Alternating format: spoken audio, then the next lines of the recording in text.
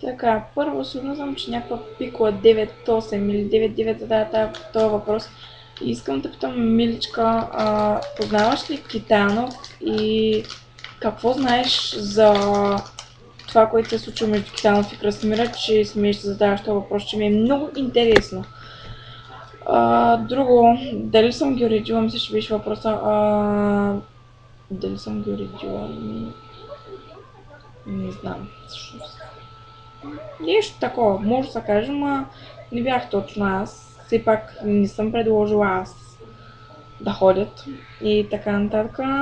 И оставете Китанов на мира, с Красимира скъсаха отдавна и не мисля, че както казах, някакви пикли 9.8 и 9.9 ще се месят какво се е случило и цял Фейсбук и аз ще се бъгва с това. Мирясайте най-накрая.